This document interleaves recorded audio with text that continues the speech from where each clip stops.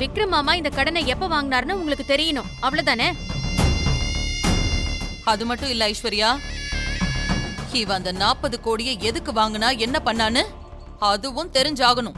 அம்மா, எனக்கு தெரிஞ்சு நான் இந்த கடனை வாங்கலம்மா. நான் வாங்கியிருக்க மாட்டேன். அது எனக்கு நல்லா தெரியும். ஆனா எனக்கு தெரியாம ஏதோ ஒரு ஃப்ராடு நடந்திருக்குமா இதுல?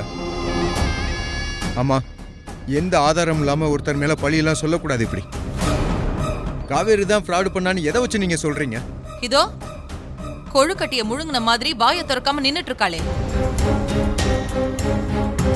இத வச்சுதான் சொல்றேன். இதை விட உனக்கு வேற என்ன ஆதாரம் வேணும்? ஆமா விக்ரம், உங்களுக்கே தெரியாம கம்பெனி டாக்குமெண்ட்ஸை திருடி, உங்களுக்கே தெரியாம உங்ககிட்ட கையெழுத்து வாங்கி பெரிய ஃபோர்ஜரி வேலை பண்ணிருக்கா.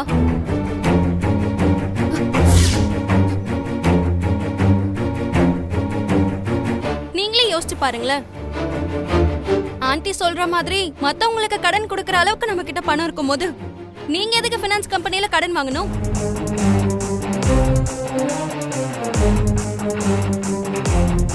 அப்படின்னா உங்களுக்கே தெரியாம உங்க ஆபீஸ்ல திருட்டு வேலை நடந்திருக்குன்னு தானே அர்த்தம்? நீ சொல்றது 100% கரெக்ட் மகா. இந்த மாதிரி திருட்டு வேலைய ஆபீஸ்ல வேற யாரும் பண்ண மாட்டாங்க, இந்த காவேரிய தவிர.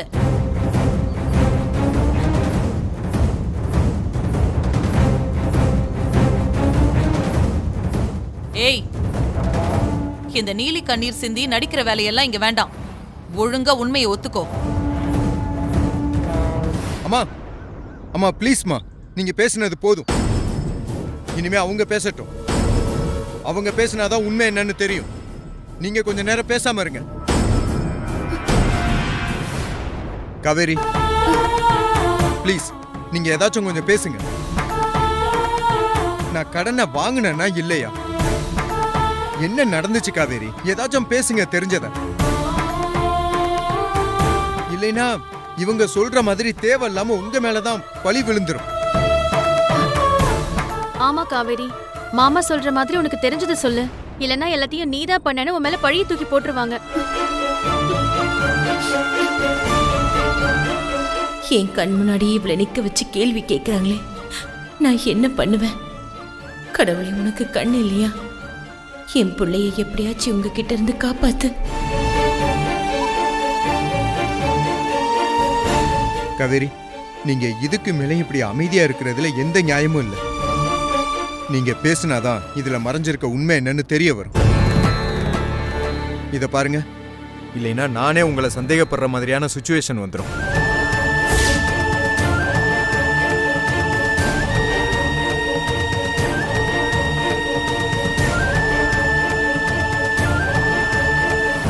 நடக்கிறதெல்லாம் வச்சு பார்த்தா இது இவங்க வேலை மாதிரி தான் தெரியுது. என்னையும் விக்ரமையும் நிரந்தரமா பிரிக்கிறதுக்காகவும் என்னை இந்த வீட்டுக்குள்ள வரவிடாம பண்றதுக்காகவும் தான் இப்படியெல்லாம் பிளான் போட்டு பண்றாங்க. அப்போ விக்ரம் கடன் வாங்கியிருக்க வாய்ப்பே இல்லை. காவேரி, நீங்க வாயவே திறக்க போறது இல்லைன்னு எனக்கு தெரிஞ்சு போச்சு. கோர்ட்டு சொன்ன மாதிரி இந்த கடனை நான் தான். விக்ரம், ஒரு நிமிஷம். நீங்க கடன்லாம் எதுவும் வாங்கல.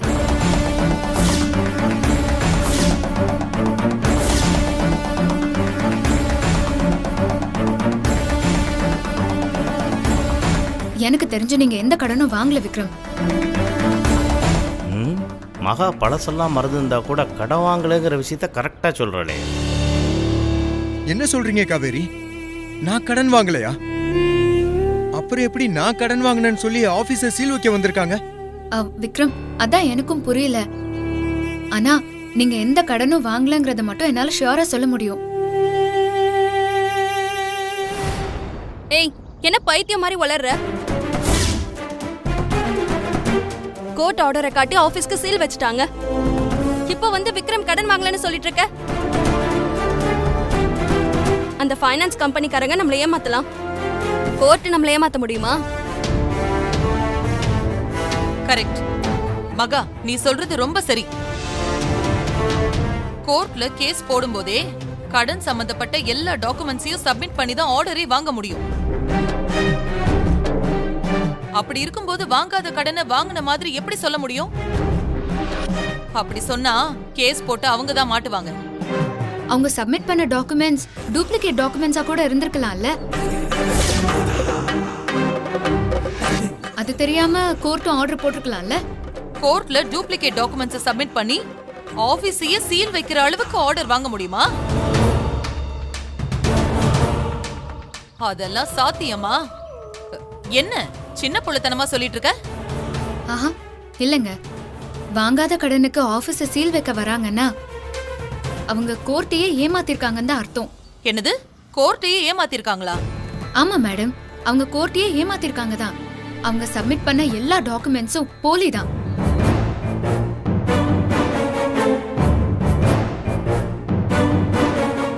அதுல இருந்து விக்ரம் சாரோட கையெழுத்தும் போலிதாங்க. அந்த அளவுக்கு அவங்க பக்காவா டாக்குமெண்டா தயார் பண்ணிருக்காங்க. இத வெளிய இருந்தாலும் யாரும் பண்றதுக்கு வாய்ப்பே இல்ல.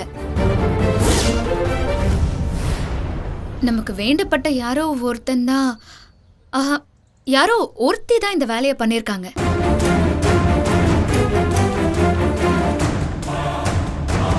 காவேரி, எப்படி நீங்க இவ்வளவு உறுதியா சொல்றீங்க? அவங்களுக்குலாம் இப்படி செய்யறதுக்கு எப்படி தைரியம் வந்திருக்கும்? விக்ரம், உங்களுக்கு கொஞ்சம் பழசெல்லாம் மறந்துடுச்சுங்கிற தைரியத்துல தான் இதெல்லாம் அவங்க பண்ணிருப்பாங்கன்னு நினைக்கிறேன் விக்ரம். விக்ரம், ஆனா அவங்களுக்கு எல்லாம் இப்ப நான் ஒரு விஷயம் சொல்லிக்கிறேன். உண்மைய தரையோட தரையா நசுக்க நினைச்சா அது வானத்துக்கும் பூமிக்கும் விஸ்வரூபமா எழுந்து நிக்கும். இதுதான் வரலாறு நமக்கு சொல்ற பாடுங்க. அதெல்லாம் அவங்க புரிஞ்சுக்கணுங்க. கடைசியா ஒன்னு சொல்லிக்கிறேன் விக்ரம், நீங்க கடன் வாங்கலங்கிறது மட்டும் 100% ஷியோர். இத நான் எந்த கோயில்ல வேணாலும் சத்தியம் பண்ணி சொல்லுவேன். என்னக்கா மகா இவ்வளவு கான்ஃபிடென்ட்டா சொல்றா? அதுவும் உன்னை குத்தி காட்டுற மாதிரியே வேற சொல்றா. ஒருவேளை எல்லாத்துக்கும் மூல காரணம் நீதானு கண்டுபிடிச்சிட்டாலோ என்னமோ. என்ன பிஏ மேடம், நீ கோவில்ல வந்து சத்தியம் பண்ணுவேன்னு சொன்னா இதை நாங்க நம்பிடுவோம் நினைச்சியா? நீ மாட்டிக்க போறேன்னு தெரிஞ்சுதான் கடன் வாங்கல, போலி டாக்குமெண்ட் அது இதுன்னு சொல்லி திசை திருப்பி தப்பிக்க பாக்குற. ஃப்ராடு தனம் எங்களுக்கு நல்லா தெரியும். பேசாம உண்மையை ஒத்துக்கோ, அதுதான் உனக்கு நல்லது. எக்ஸ்கியூஸ் மீ, நான் இதை திசை திருப்பவும் நினைக்கல, தப்பிக்கவும் நினைக்கல. இதுக்கு பின்னால இருக்கிற கருப்பாடு யாருன்னு கண்டுபிடிக்கணும் தான் நான் சொல்றேன். அந்த கருப்பாடே நீதான்னு நாங்க சொல்றோம். மகா, அவசரப்பட்டு வார்த்தையை விடாதீங்க. காவேரி தான் கருப்பு ஆடுங்கிறதுக்கு உங்ககிட்ட என்ன ஆதாரம் இருக்கு? ஆதாரம் எதுக்கு?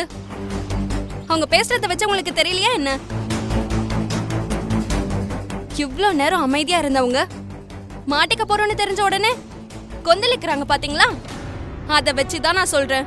நீங்க என் மேல பழி போடுறதுனால நான் கோவம் எல்லாம் படமாட்டேன். நான் தான் தப்பு பண்ணிருக்கேன் நீங்க நிரூபிச்சிட்டீங்கன்னா நீங்க என்ன தண்டனை வேணாலும் கொடுங்க, நான் ஏத்துக்கிறேன். ஆனா அதை விட்டுட்டு வெறும் வாய் வார்த்தையா குற்றம் சொல்லிட்டு இருந்தா அது எனக்கு பிடிக்காது. ஓஹோ, அப்புறம் நீ மட்டும் யாரோ ஒருத்தர் தான் இந்த வேலையெல்லாம் பண்ணிருக்காங்கன்னு சொன்னியே, அதுக்கு மட்டும் உன்கிட்ட ஆதாரம் இருக்கா?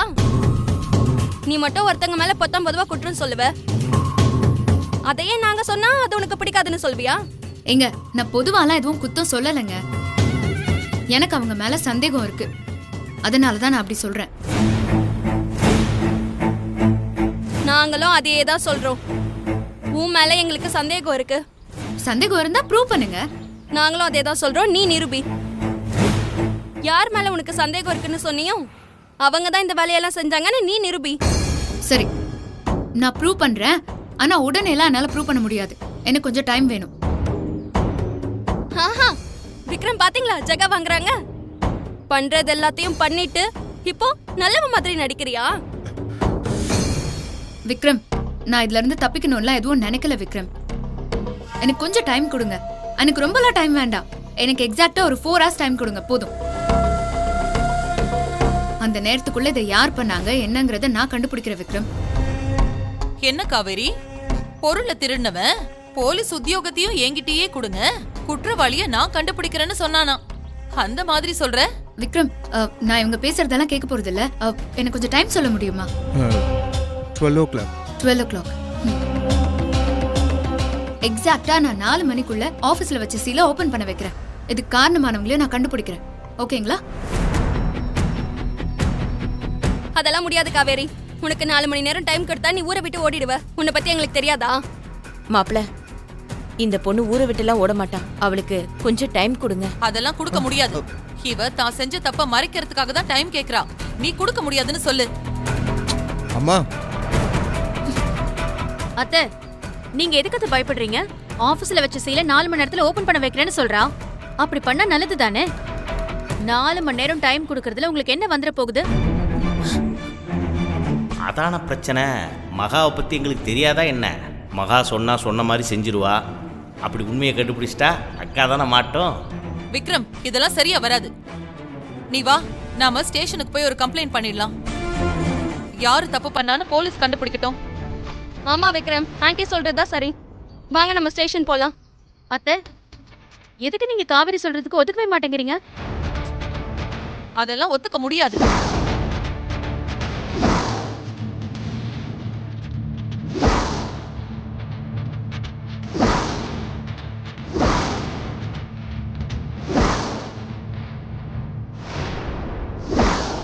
Stop it. எல்லாரும் கொஞ்சம் அமைதியா இருக்கீங்களா? ப்ளீஸ். காவேரி, உங்களை நான் நம்புறேன். அதனால நீங்க கேட்கிற டைமை நான் தர்றேன். என்னடா நீங்க அதுக்குள்ள நான் லோன் வாங்கினேனா இல்லையாங்கிற உண்மையை மட்டும் கண்டுபிடிச்சு எனக்கு சொல்லுங்க. தேங்க்ஸ் விக்ரம். உங்க நம்பிக்கையை நான் கண்டிப்பா காப்பாத்துவேங்க. அதுவும் இல்லாம உங்க குடும்பத்தோட கௌரவத்தையும் நான் கண்டிப்பா காப்பாத்துவேன். ஏன்னா நானும் இந்த குடும்பத்துல ஒருத்தி தான்னு நான் நம்புறேன்.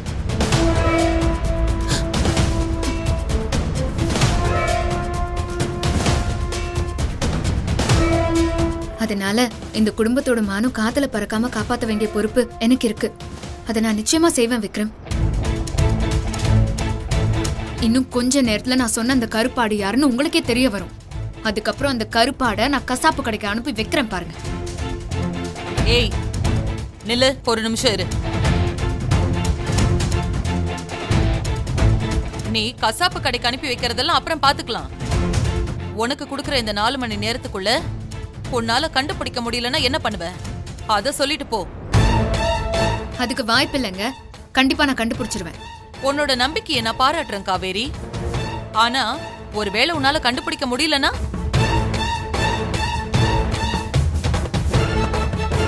சொல்லு, முடியலன்னா என்ன பண்ணுவ? நீங்க என்ன சொன்னாலும் நான் அதை செய்யறேன். சூப்பர் டி, இதத்தான் நான் எதிர்பார்த்தேன். சரி சொல்றேன், கேட்டுக்கோ. உன்னால 4 மணி நேரத்துக்குள்ள கண்டுபிடிக்க முடியலன்னா எல்லா தப்புக்கும் காரணம் நீதான்னு பழியை ஏத்துக்கிட்டு இங்க இருந்து போயிடணும்.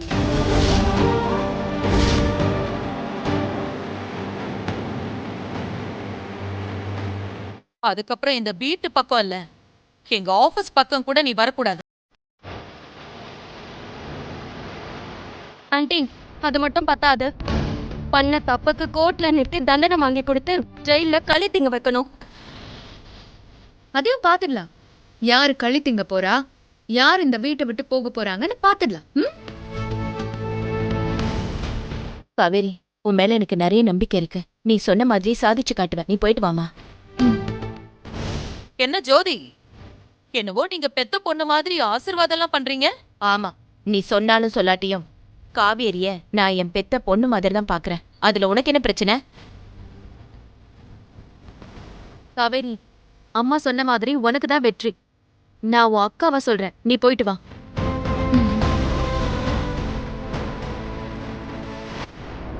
விக்ரம், நான் கிளம்புறேன் விக்ரம். காவேரி, அம்மாவும் மகாவும் உங்க மேல சந்தேகப்பட்டாலும் எனக்கு ஒரு சின்ன சந்தேகம் கூட உங்க மேல கிடையாது. ஏன்னா நீங்க ஒரு படிகம் மாதிரி. இருந்தாலும் அதை நிரூபிக்க வேண்டிய கட்டாயத்தில் இப்ப நீங்க இருக்கீங்க. தைரியமா போயிட்டு வாங்க. தேங்க்ஸ் விக்ரம். இந்த காவேரி யாருன்னு இன்னும் 4 மணி நேரத்துக்குள்ள தெரிஞ்சுப்பீங்க. ரெடியா இருக்கு மேடம்.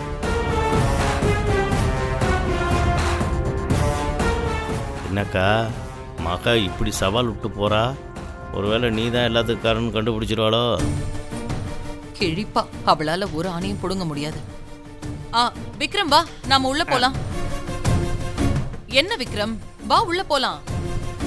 அம்மா இல்ல, இந்த சுச்சுவேஷன்ல என்னால வீட்டுக்குள்ள வர முடியாது. வர முடியாதா? ஏன் விக்ரம்? அம்மா, நானும் மகாவும் சேர்ந்து ஃபர்ஸ்ட் டைம் வீட்டுக்குள்ள கால் எடுத்து வைக்கிற சமயத்துல இந்த மாதிரி அபசகுணமா ஒரு கெட்டது நடந்து போச்சு. இதை இப்படியே விட்டா மகா வீட்டுக்கு வந்த நேரம் தான் ஆபீஸுக்கு சீல் வச்சுட்டாங்கன்னு எல்லாரும் தப்பா பேசுவாங்க.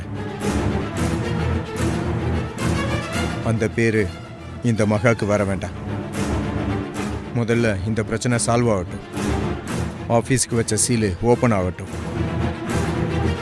அப்புறம் நானும் மகாவும் வீட்டுக்குள்ள காலடி எடுத்து வைக்கிறோமா. மகா வீட்டுக்குள்ள நுழையிற நேரம் நல்ல நேரமா தான் இருக்கணும். அது வரைக்கும் நானும் இந்த மகாவும் வெளியில தான் நிக்க போறோம்.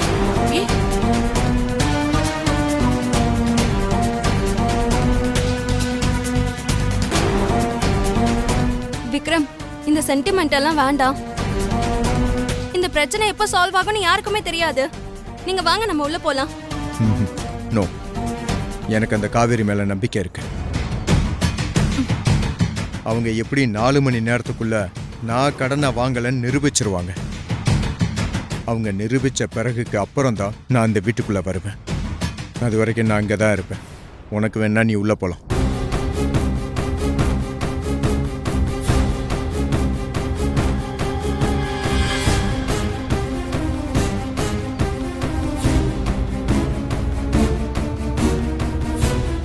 மேடம், நீங்க ஒரு வேகத்துல 4 மணிக்குள்ள எல்லா பிரச்சனையும் தீர்த்துருவேன்னு சொல்லிட்டு வந்துட்டீங்க.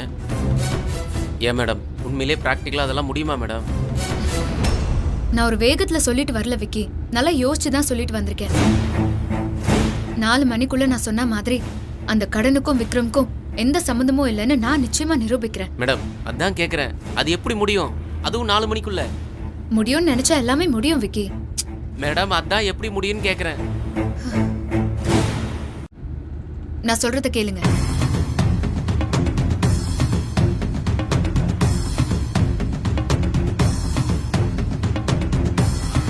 இதான் பிளான், ஓகேங்களா? ஏன் மேடம், அப்போ இந்த போன வருஷத்தோட அக்கவுண்ட்ஸ் எல்லாம் செக் பண்ணி பார்த்தா விக்ரம் சார் கடன் வாங்கலன்றத நிரூபிச்சிடலாம்னு சொல்றீங்களா? கண்டிப்பா நிரூபிக்கலாங்க, எனக்கு அந்த நம்பிக்கை இருக்கு. Super madam. நமக்கு இருக்கிற இந்த கொஞ்ச டைம்ல ப்ரூவ் பண்றதுக்கு இதான் கரெக்டான வழியும் கூட. ஏன் மேடம், அப்போ இப்போ நாம நேரா ஆபீஸ் தான் போறோமா? ஆமாங்க, ஆபீஸ்க்கு தான் போயிட்டு இருக்கோம். அங்க போயிட்டு அங்க இருக்கிற அக்கவுண்ட்ஸ், டாக்குமெண்ட்ஸ்னு எல்லாத்தையும் கிராஸ் வெரிஃபை பண்ணா விக்ரம் லோன் வாங்கலங்கிறது உறுதியா சொல்ல முடியுங்க. Super madam. நம்ம ஆபீஸ்க்கு சீல் வச்சுட்டாங்கன்னு நியூஸ் வெளியே வந்துச்சுன்னு வச்சுக்கோங்க, நம்ம கம்பெனியோட ரெப்புடேஷன் ரொம்ப கெட்டு போயிடும் விக்கி. அதுக்கான ஸ்பேஸ் நம்ம கொடுக்கவே கூடாது. ஆமா மேடம். அதுவும் நான் விக்ரம்க்கு பிஏவா இருக்கும்போது அது கண்டிப்பா நடக்கவே கூடாதுங்க.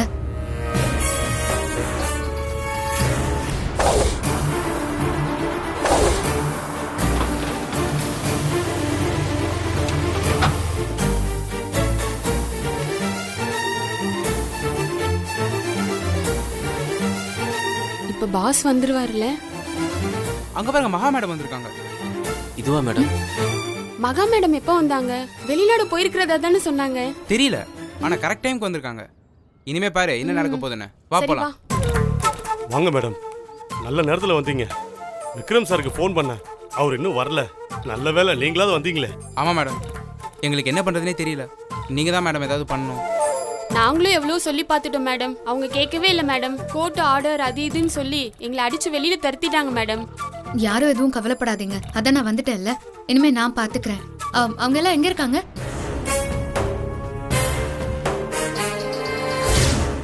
சார், நான் இருக்கிற வரைக்கும் நீங்க சீல் வைக்க முடியாது. யோ தள்ளுங்க சார். சார், என்ன விடுங்க. போயா, என்ன விடுங்க சார். போயாங்க, போயா, போந்த பக்கம் போங்கறல. நீங்க வைங்க சார். அவங்க ஆபீஸ்க்கு சீல் வச்சுட்டு கிளம்பிட்டாங்க மேடம். சீல் வச்சுட்டு கிளம்பிட்டாங்களா? எப்போ? இப்போதான் மேடம், ஒரு 5 மினிட்ஸ் இருக்கும் மேடம். சரி வாங்க.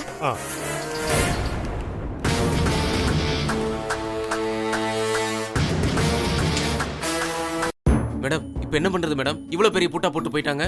விக்கி, நாம ஒண்ணு நினைச்சா கடவுள் வேற ஒண்ணு நினைக்கிறாரு விக்கி. பரவாயில்ல, எல்லாமே நல்லதுக்காக தான், பாத்துக்கலாம்.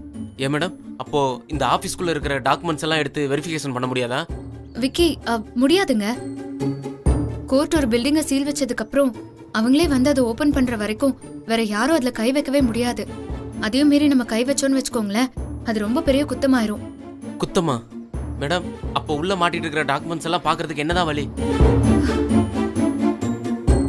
சார், உள்ள அக்கவுண்ட் சம்பந்தப்பட்ட டேட்டாஸ் டாக்குமெண்ட்ஸ் எதுனா வெளியே எடுத்துட்டு வந்தீங்களா? இல்ல மேடம், எதையுமே எடுக்க விடல அவங்க, எல்லாமே உள்ள மாட்டிக்கிச்சு. ஓகே மேடம், இப்போ என்ன பண்றது? இப்போ டைம் என்ன? 12:30 மேடம். கணபதி சார், விக்ரம்க்கு லோன் கொடுத்ததா சொன்ன அந்த ஃபினான்ஸ் கம்பெனியோட பேர் என்னன்னு தெரியுமா உங்களுக்கு?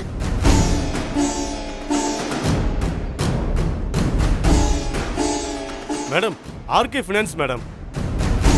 ஆர்கே ஃபினான்ஸா? சார், அவங்கள பத்தி எதுனா உங்களுக்கு தெரியுங்களா? தெரியும் மேடம், அவங்க ரொம்ப மோசமானவங்க. கந்து வெட்டி விடுறதுல, ஃபோர்ஜரி பண்றதுல பெரிய குரூப் அவங்க. அவங்க கிட்ட இருந்து ஒருத்தவங்க லோன் மட்டும் வாங்கினா அதுல இருந்து அவங்க மீளவே முடியாது. மீட்டர் வட்டி, எக்ஸ்பிரஸ் வட்டின்னு போட்டு தாளிச்சிருவாங்க.